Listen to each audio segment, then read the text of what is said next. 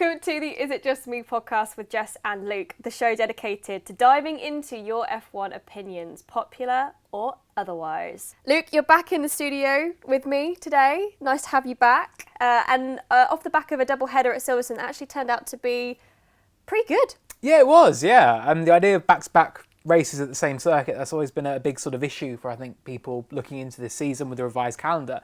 But actually, it was brilliant. Heartbreaking not to see any fans there. It was super eerie watching the grid kind of form from our socially distanced location and have absolutely empty grandstands and no cheers, no klaxons going or anything like that. But the races themselves on track actually delivered. The first one, admittedly, it was the late tyre failures that really did spice things up. But then last weekend's race with the steps off the tyre compounds that Pirelli brought, that really shook things up. Max Verstappen taking an amazing victory for Red Bull that I don't think anybody saw coming, let alone Max Verstappen himself. So, I think Max always thought it was coming. Really? If there was, well, probably not. But you know what I mean? If there was going to be a driver to do it, it was going to be Max Verstappen. Yeah. And the fact that on the radio he was like, no, I'm racing these Mercedes. Yeah. I'm not time managing. Get in the bin. I think, but you're right. I think based on how far Mercedes were out in front, I don't think we thought we were going to see a winner other than a Mercedes. But a little bit aligned with what we are going to talk about on today's podcast topic.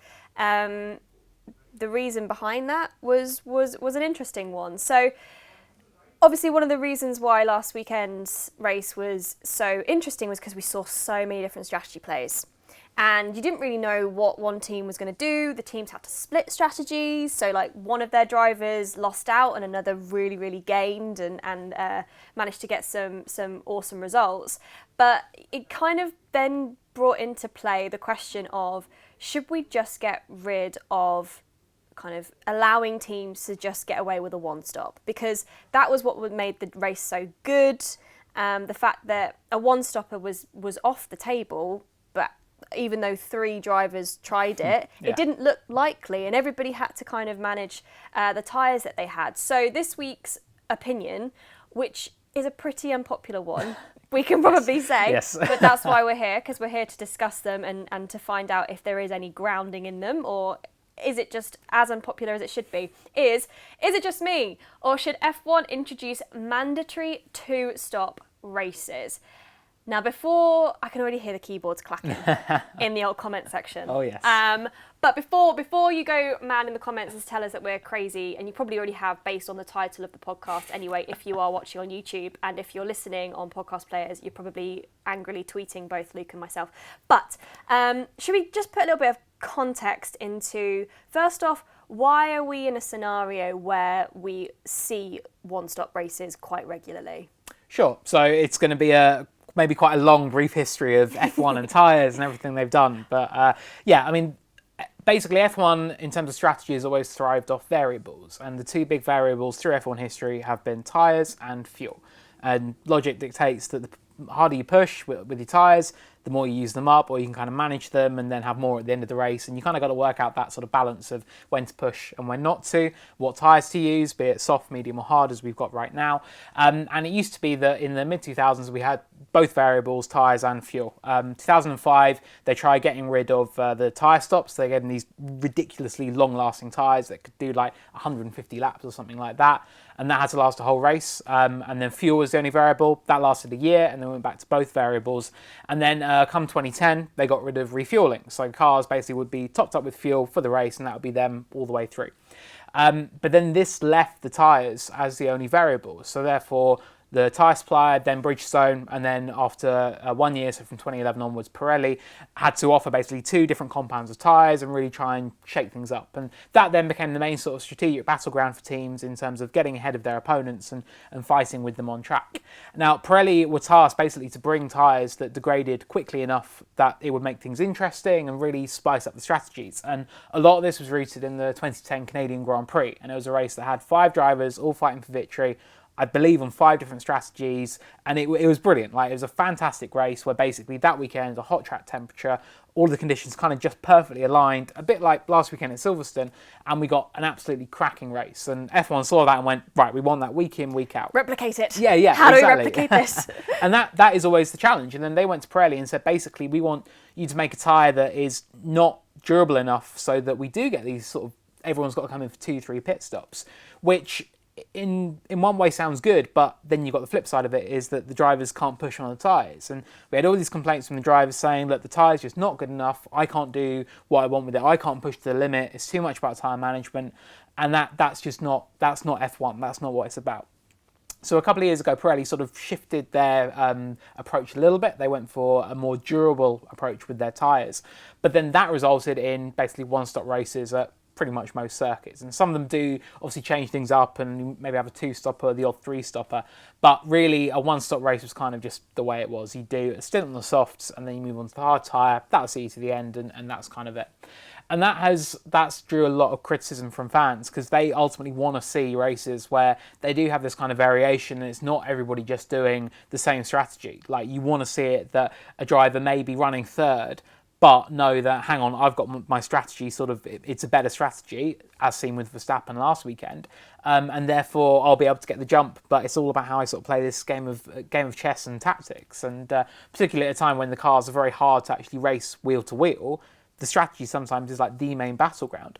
And that has kind of led us to this opinion, basically saying if you have it that you must stop at least twice, because at the moment the rule is you must use both compounds of tyre, therefore you must stop once. If you make it a two-stop race at a minimum, that gives more strategy, more action, another variable in for the teams to manage, and therefore, one would imagine, a better quality of racing. So that's the kind of method behind the madness, because as we've said, we've already gone down the tyre route to a point. Yeah.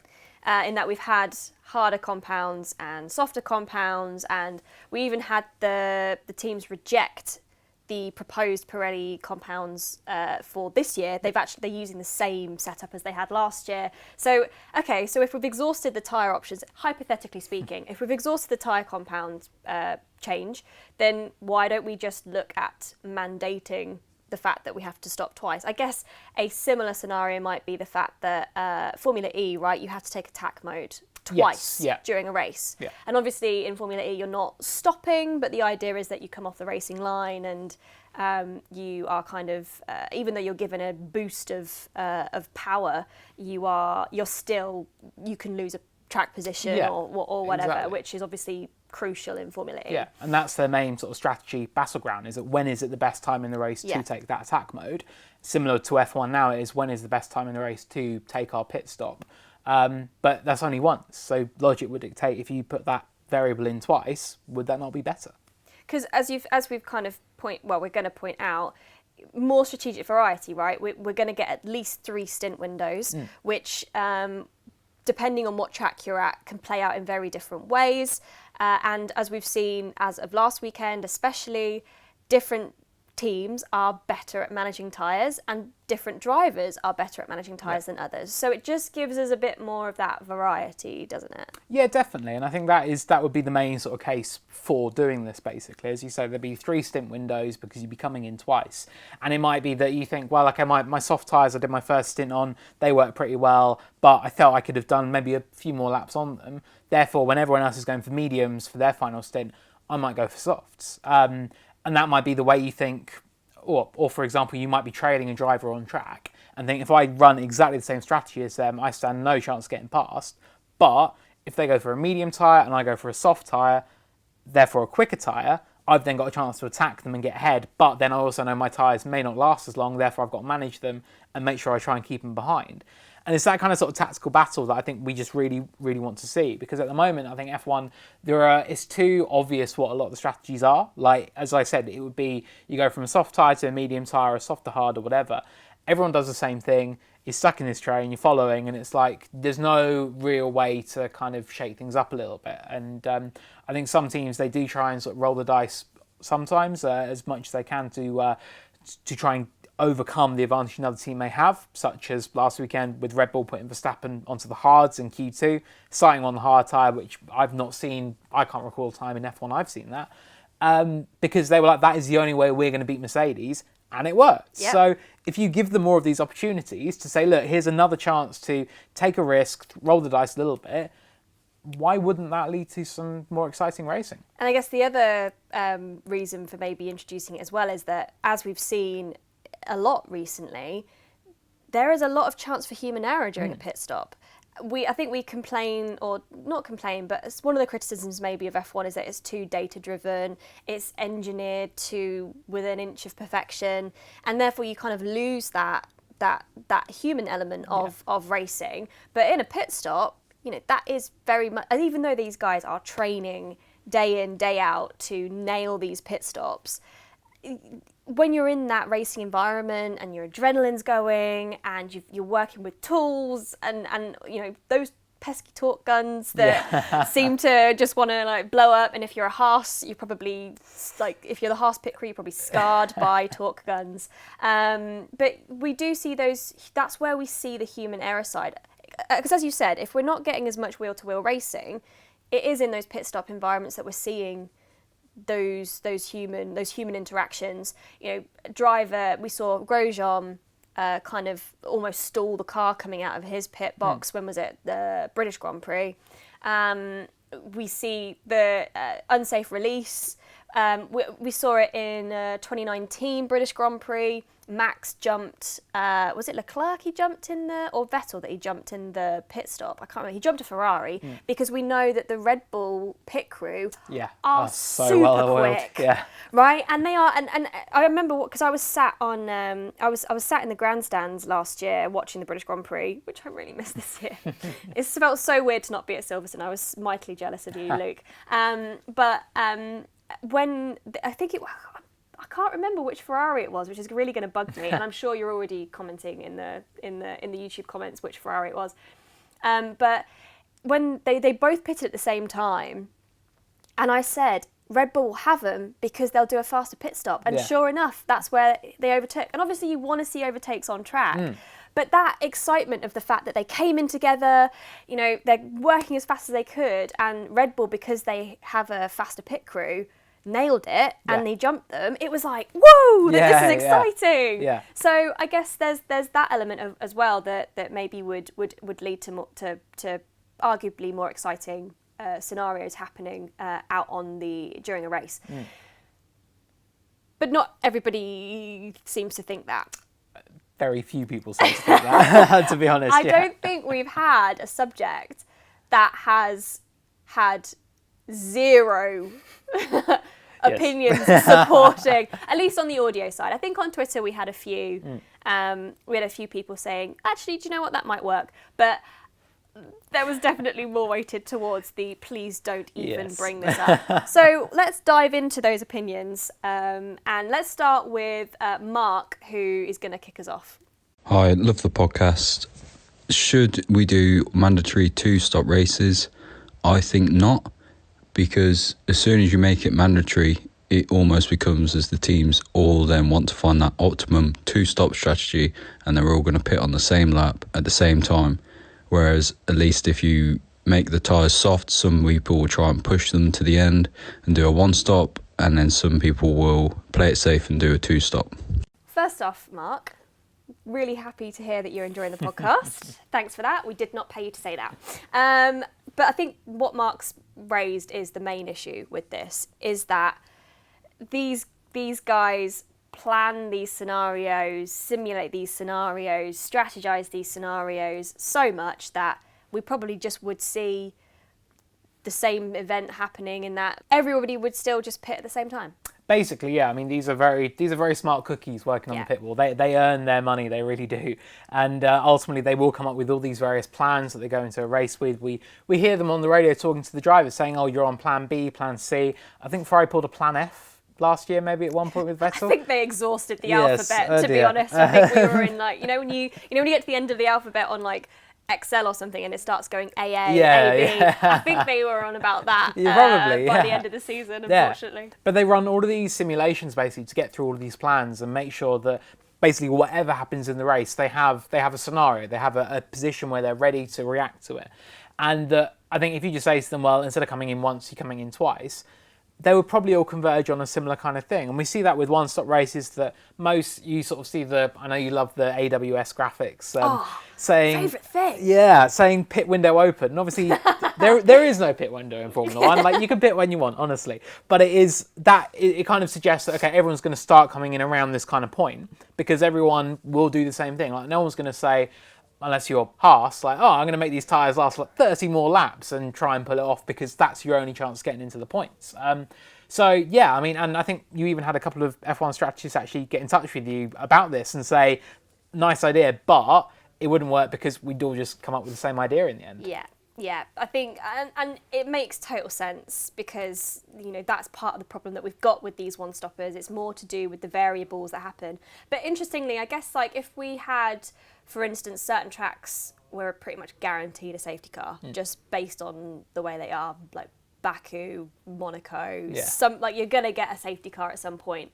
But obviously, under current rules, or if we were to have this scenario where we had a mandatory two-stop, if we did have tracks that had safety car incidents and that pit stop didn't count, for instance, would that make things more interesting, or am I barking up the wrong tree here? How do you mean with that? So for instance, if a safety car came out, and obviously everybody sees that as a free pit stop, right? Sure. But if we said that didn't count towards your two-stop, because I guess that the whole point is that it's a little bit like endurance racing, right? You can't. There are certain times where the pit's closed. Sure. Yeah. When you're under caution, they close the pit lane. Yeah. You can't come in. Yeah. So and in that way, you can't gain an advantage. Yeah, and the same in IndyCar as well. It works really, really well there. And a lot of drivers basically they run a big risk by running their strategy too long. Because if the caution comes, bunches of field, pit lane's closed, and it's like, well, I have to pit and I have to drop to the back of the field. So it does shake things up. So I mean that could be one way around it. Similar to the red flag rule, for example, in F1 that we saw Haas in their very first race absolutely perfectly expose and exploit. Is that basically under a red flag, if you're allowed to change your tyres and you move on to the tyre that you haven't used, therefore you've used both compounds as per the rules, you don't have to pit again. So technically, I think Grosjean finished 6th in Haas's first ever race without making a pit stop. Yeah, I remember when Haas used to finish like 6th. Oh. Remember when they were like, didn't they finish like 5th in their first season? Was it 5th or 4th? Their second or third season, I want to say. But yeah, they were really good at one point. They were really good at one point. Where have you gone, Haas? Oh. Please come back soon. But you're totally right. And another reason why last weekend's race was so good was because we had a variety of strategies on play and we didn't really know who was going to do what, as James rightly points out. My opinion, I don't think they should, because when we're watching the Silverstone Grand Prix, everyone was the 70th Grand Prix. One of the biggest points were that Lewis could go for a one-stop and that Max were going for a two-stop. It turned out that Lewis didn't go for the one-stop and eventually went for the two-stop as his tyres wouldn't make it. But I think having the option of a one-stop as well as a two-stop could be great. I know F1 teams like to really go for the one-stops if they can. I think F1 should try and bring softer compound of tyres, if possible, to make it harder to do that one-stop. But I think ultimately to watch a one-stop versus a two-stop could be a great battle to watch a driver on fresher tyres trying to attack a driver who's trying to nurse his tyres.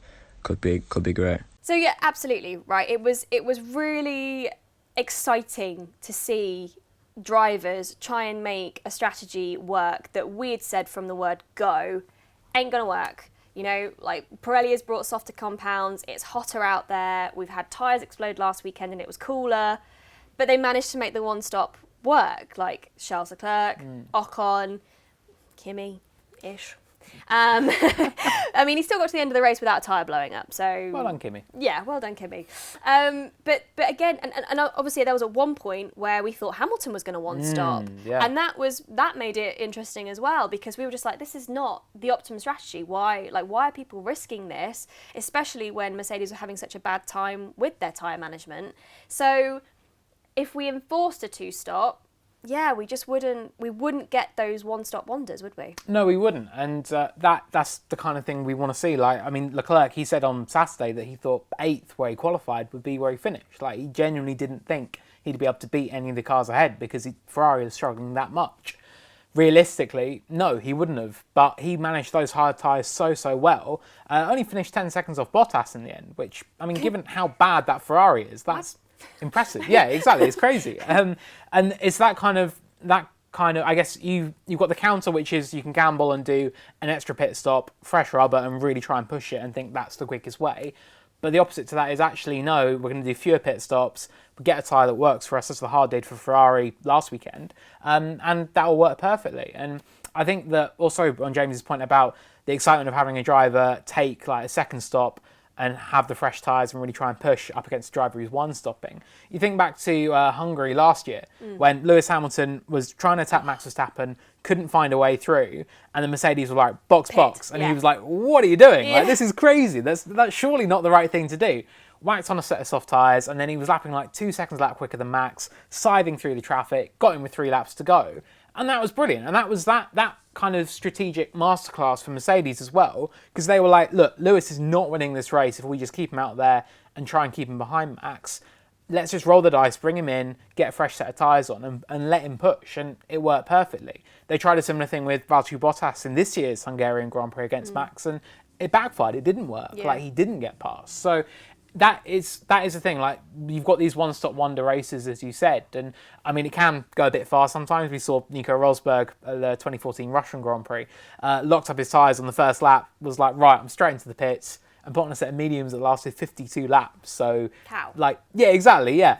And I mean, Sochi. But it is like... That's another podcast. Yeah, it is, yes. But that... Is it just me, or is Sochi great?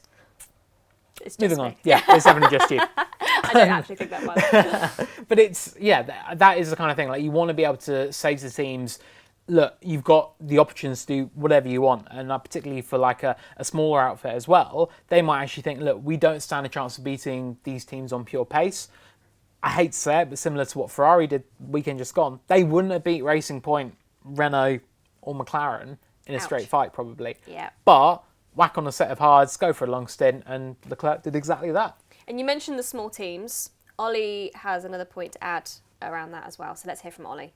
I wouldn't say make them mandatory, but I think if you were to go for one step lower of a softer compound, then that would promote, encourage some of the smaller teams to kind of extend that one stint, or because previously we've seen the likes of Sergio Perez be able to kind of go on deeper into a race and pull off a steady but good performance, whereas like Max today this weekend in a sense. But so not mandatory, but to kind of, if that step lower, softer tyre, to kind of make it more variables in the race. And yeah, as Ollie says in that clip, like, it is good for the smaller teams to, I think, have this extra opportunity. And we've seen what Pirelli bringing a step softer tyres can do. Like, I mean, that was a fantastic race we saw play out. And I think after the first weekend with all the tyre failures, the idea of going a step softer on the compounds was insane. Madness. It seemed like, yeah. But actually, it fulfilled its goal perfectly. Like, it really did shake things up. It gave everyone extra sort of things to really mull over and think about, and I think made the race really, really exciting. And yeah, it does give some of these sort of smaller teams more of a chance to think, right, look, we're going to go for a really aggressive strategy, we're really going to push, because some teams work better with the softer compounds and some work better with the hards. And it's actually been a trait for Mercedes quite a lot in recent years. The harder the compounds, the better they are. And I think the fear for Mercedes now will be that F1 and Pirelli kind of look at what happened last weekend and go, okay, well, we've not confirmed our tyres for like Imola and Nürburgring and Portimao yet. How about we go like really soft, really extreme? Ultra, super, hyper soft. Oh, God, let's just forget that ever happened. Bring back the hyper soft. Oh, dear.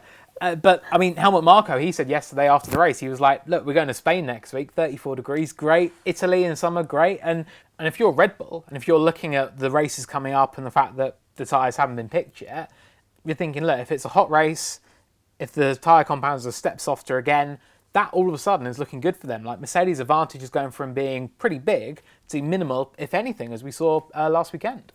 Absolutely. And I think the other major kind of point of contention that people don't like, and I am in this camp as well, is that we don't need any more gimmicks in Formula One, do we?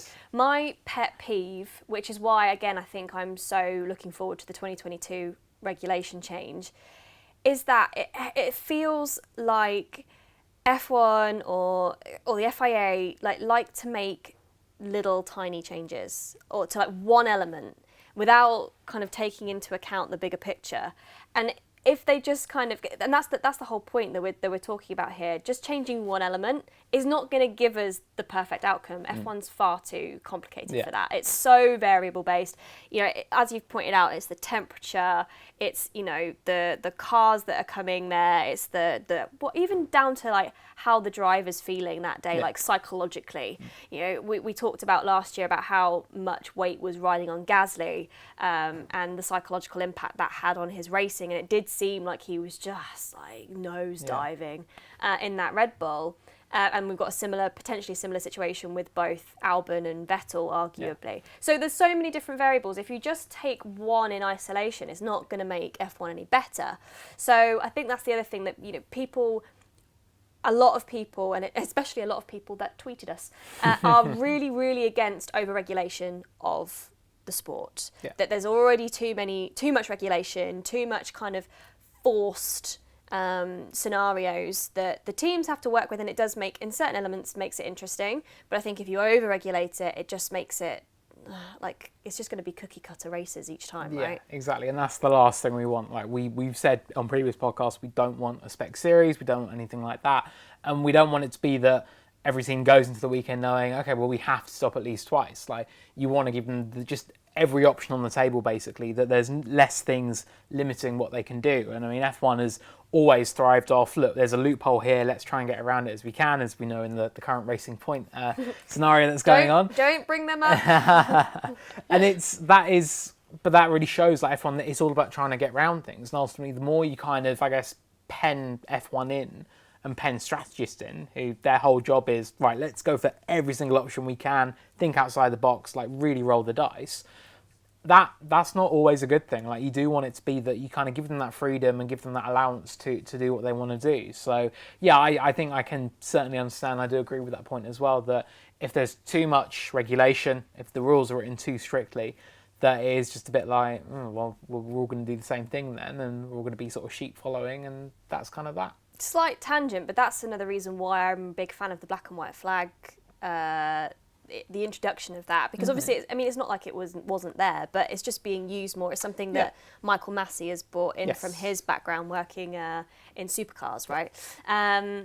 But it's, instead of the FIA and the stewards going, right, penalty for you because you ran that car off and that wasn't nice, or you're moving under braking too much, they get shown a black and white flag. And I think that just, again, takes a little bit of the regulation out of it. Obviously, it's not, it's more like that's kind of on-track sportsmanship, or, you know, like, what's the word for it? On-track? I don't know. Etiquette? Yeah. Or like, that's more to do with the rules or on-track rules of Formula One. But it's still something that, by giving the drivers a bit more freedom to have a bit of an argy-bargy, have a bit, like, try it out, and then if you like, no, then if you do it again, then all right, you get a penalty. But if it's just for like a slight infringement, then you're all right. And that's given us kind of better racing, because one thing that was a big talking point of last year was that there were too many penalties being awarded or not awarded. And it's kind of, I guess I said, a bit of a tangent away from having two-stop races, but it's kind of with the same idea, in that, like, if you let just the drivers race, you'll get better racing. Shock that, isn't it? That would ever be a thing. Let's hear from Sadashika, because she also submitted her opinion on the over-regulation of the sport. I definitely disagree. I think if we do bring in a mandatory two-stop rule, we just have a repeat of 2014, 15, 16, where all the strategy and action was happening in the pit lane, which we definitely don't want.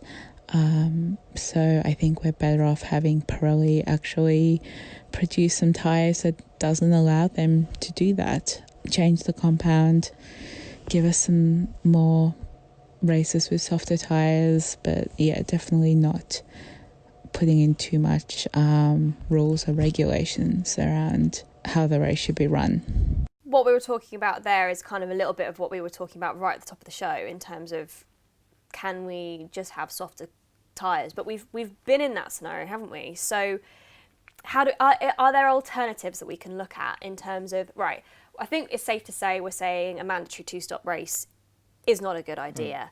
But there clearly is something that can be done in order to make races like last weekend happen maybe a little bit more frequently. Certainly, yeah. So the idea of like bringing that softer step of tyres, I mean, that's something that I think will be probably looked at a little bit more by F1 now. I think, as I mentioned, like looking towards the end of the season when they haven't planned out the compounds, I think that'll definitely be something to look at. But I mean, we've always had during this Pirelli era the rule being that you must use at least 2 of the 3 compounds that are made available to all teams, and that's led to some exciting racing. Like you've got teams that would, I mean, if they could, I think just run. I think at Silverstone last weekend, everyone could probably have done a one stop if they just went hard, and that would have been fine.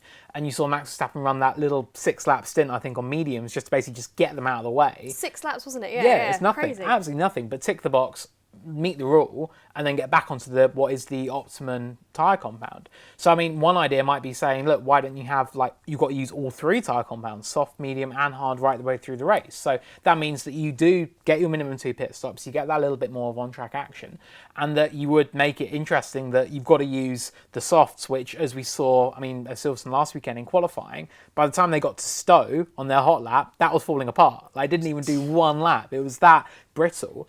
That could be interesting.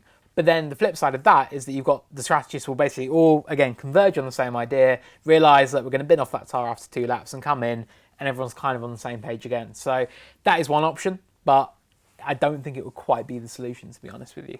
All right, so that's one solution. Another one, and again, it's one I've seen actually a fair bit that's been around for a while. Why do we have the Q2 tyre rule? For races like Sunday. That is why we have it. So it's something that has been suggested, and that was a legacy of what was the Q3 tyre rule, that basically you'd force the drivers to start on the tyres that they set their fast lap with Q3 in. Therefore, you kind of, if you want a more durable tyre, so mediums or hards, well, although never hards unless you're Max Verstappen, you're fighting for pole position. So it's kind of that jeopardy.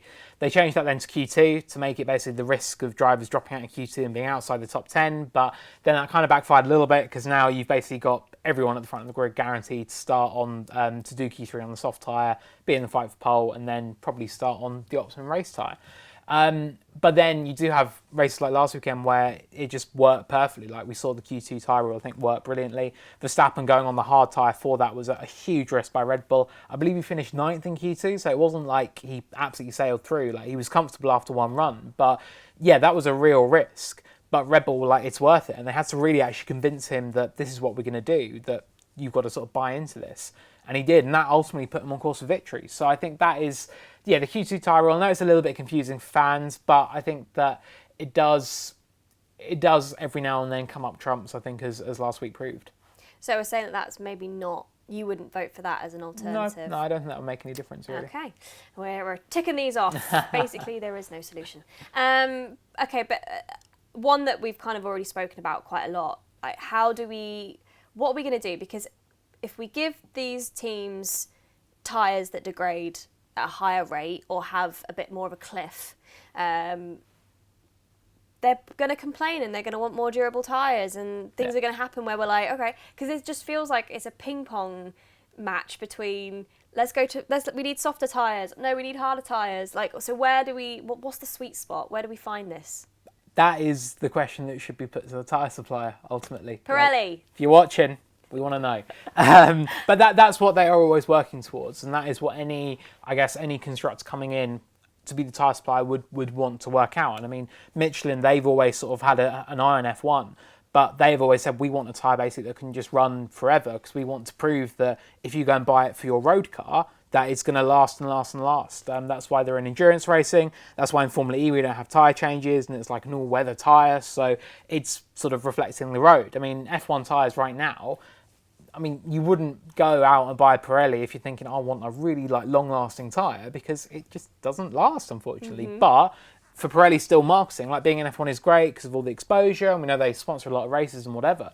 So it is just the challenge of finding that sweet spot, as you say. Like, ultimately, you would want it perfectly that you're absolutely on the bridge of that, is it quicker to 1-stop or 2-stop, which I think we saw, as I mentioned earlier, in Hungary last year. I think that was the perfect race for it. It really did show that you can really sort of balance things up. But that is so difficult to get right, because ultimately you've got to pick your tyres many, many weeks in advance. you don't know what the track temperature is going to be like. You don't know what other conditions are going to be like. You just don't know. So is there a way then? Because the reason behind them picking their tyre compounds so far in advance, is that just so Pirelli can get themselves organised, or like, what goes on there? Why do they have to submit that? I think it is just in terms of planning, yeah, because ultimately Pirelli, they've got to ship these tyres all over the world. They've got to produce these tyres, and I know they're very efficient in how they do it. Like they recycle all the tyres basically to help fuel their factory. So it's a very sort of efficient process. But yeah, I mean, they are shipping tyres which aren't exactly small all over the world, and they've got to have them ready. But they had to be in a position to potentially switch up the compounds for last weekend, right? Because after everything that happened with the tyre blowouts, they were like, maybe we need harder compounds. True. I don't know if that was ever a serious consideration, to be honest. I think more, that was more just people watching going, how can you bring softer yeah, compounds exactly, yeah. when all your tyres just exploded? But I mean, we have had it this year. The rules have changed with tyres because of the COVID-19 situation. So it's not out of the question to make that window smaller, right? Where we can look ahead when we've got maybe a bit better a better view on what the temperature is going to be like, or I don't know. Is there just a way that we can be less? We just need to make F1 like less organised. Basically, yeah, pretty much, yeah, and that would so that would work great. A bit more unpredictability. Yeah, it would. And I think one idea that has been raised in the past is saying, well, why not just bring all your tyres and the whole range to races and give teams absolute free pick? And that would be complete disorganisation, which would be chaotic and perhaps wonderful. No, but again, we'd have the same thing where like Mercedes would be like, so for instance, we've had situations where Ferrari are really strong on the hard, and another team is like not. So maybe, I mean, obviously it's track dependent, weather dependent, setup dependent, like I understand that, but you would maybe have it like a Mercedes always just picking the tyre that's going to suit them best. Exactly. Yeah. Which is why it's good that we do have a selection that they're allowed to have, and as we saw last weekend, it made it very interesting because they still had to use those softs that nobody wanted to touch. So, okay. Another question, which I'm sure, to be honest, we could do a whole other podcast on, but what about the return of refuelling? And this is something that F1 has looked at. It did look at for 2021 and later 2022, and ultimately decided against because, refuelling, I mean, it was a thing we saw right the way through the 2000s. Obviously, 2010 was when it was banned, and it was, again, that idea of another variable and just another thing to sort of spice things up and shake things up. And, I mean, it was good for some, for a lot of ways. Like, it was good sort of like really having it that drivers could absolutely run the tank dry, be very light with the car, then come in and get topped up. And ultimately, again, the longer you stay in the pits, the more fuel you get. So kind of how do you sort of weigh that up? But it did just get maybe a little bit too confusing at times. Like I remember watching, I think it was the 2009 Italian Grand Prix, I want to say, and the Brawn cars were sitting 5th and 6th.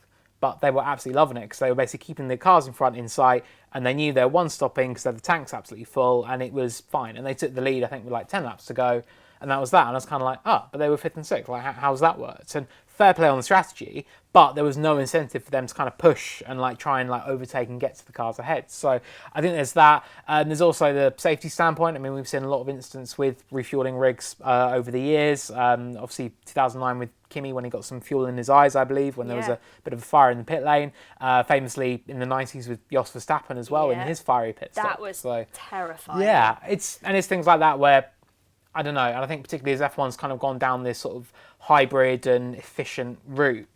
Although, and I mean, these cars, they don't use anywhere near as much fuel as they used to. Like, they're so efficient now. But I think just having them come in for a little top up, I think that might go against the message a little bit, to be honest. I think, because we don't really see fuel at all other than their sponsors. Yeah, basically. Then that's the only nod to fuel, and you'd be, hard pressed to see any kind of that hard combustion stuff.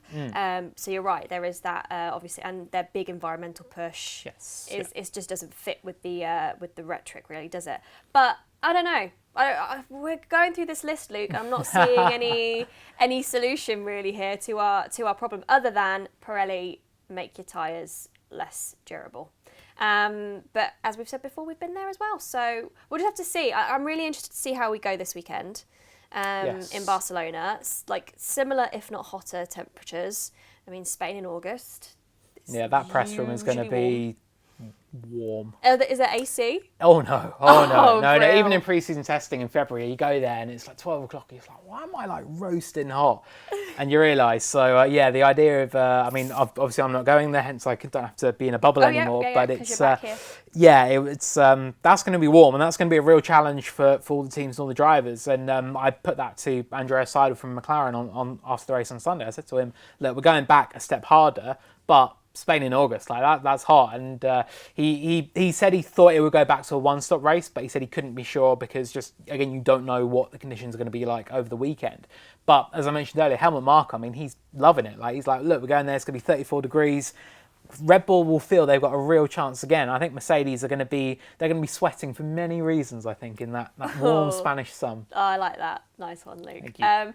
What do you guys think at home? Do you have another alternate solution to the fact that we need more variety and strategy in Formula One?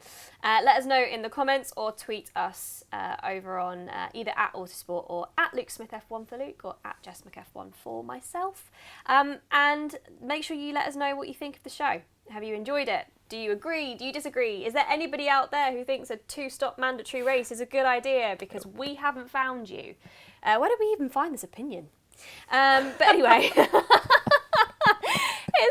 it's allowed us to talk about the fact that, you know, we just want better Pirellis. But make sure you look out for the next prompt to get your opinions in and the next topic for next week's show. And if you're listening on podcast players, make sure you rate the podcast because it helps us seed this out to other F1 fans and we get everybody involved and more of your lovely opinions. But until then, we will see you after Barcelona and hope you enjoy the race. Catch you then.